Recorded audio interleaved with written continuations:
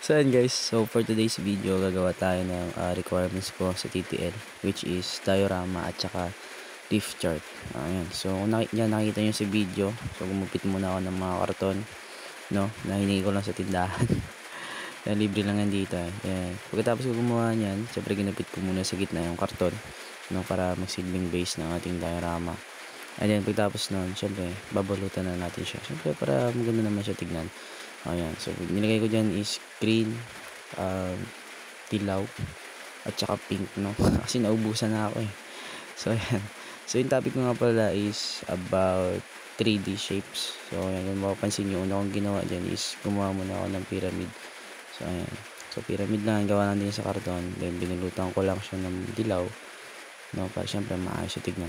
So next, dyan gumawa na ako ng prism. So rectangular prism yung ginawa ko dyan na next. Then yan, so kailangan talaga pag gumagawa ka dyan, nahihirapan ako sa ano eh, yan sa pagka-cut out.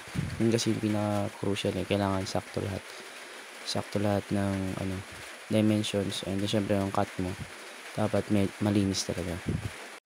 Then next ko naman ginawa dyan is yung cube and then yung cylinder. Ayan, so mga kusa nyo, yan yung mga pinakamadaling nagawa ko, yung cylinder. So yan, so nagpahinga muna ako. Yan. Nagpahinga muna ako saglit kasi nakakapagod, nakakangalay. So yan makapansin nyo, 3 pala yung nagagawa ko dyan. Yung isa kasi hindi ko alam kung saan ko nalagay yung cylinder. So yan, back to the ball game.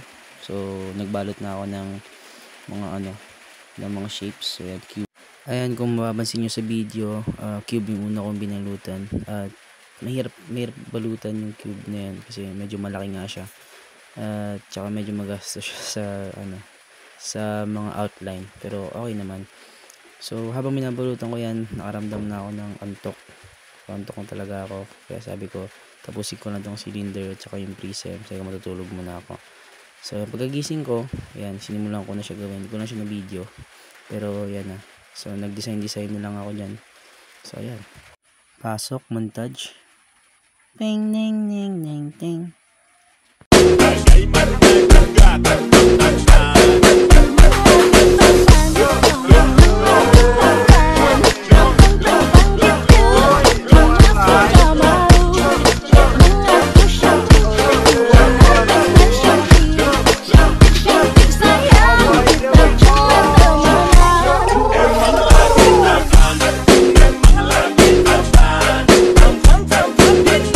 So pagkatapos ko nagawa yung diorama, so proceed agad ako ng paggawa ko ng flip chart.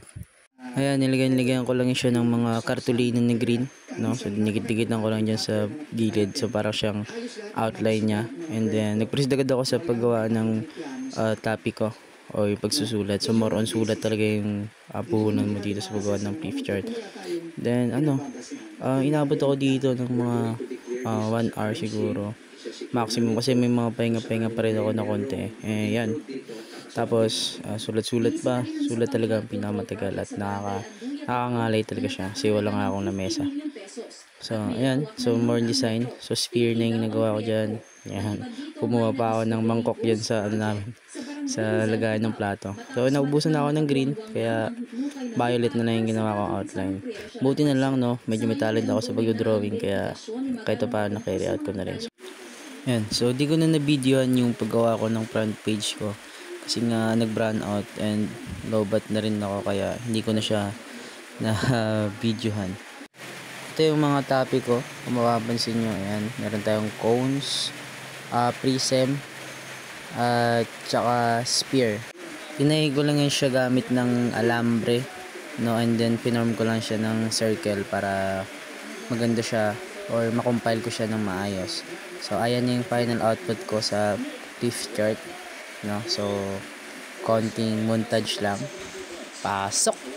At the starting of the week, at Summit Talks you'll hear them speak. It's only Monday. Negotiations breaking down. See those leaders start to frown. It's more than one day. At the starting of the week, at Summit Talks you'll hear them speak. It's only Monday. At yun guys, doon natapos yung video na to. So ayan yung mga nagawa ko. Meron akong flip chart and yan yung diorama ko. So sheesh, napakaangas. So yan, so thank you sa panonood and peace out man. Bang.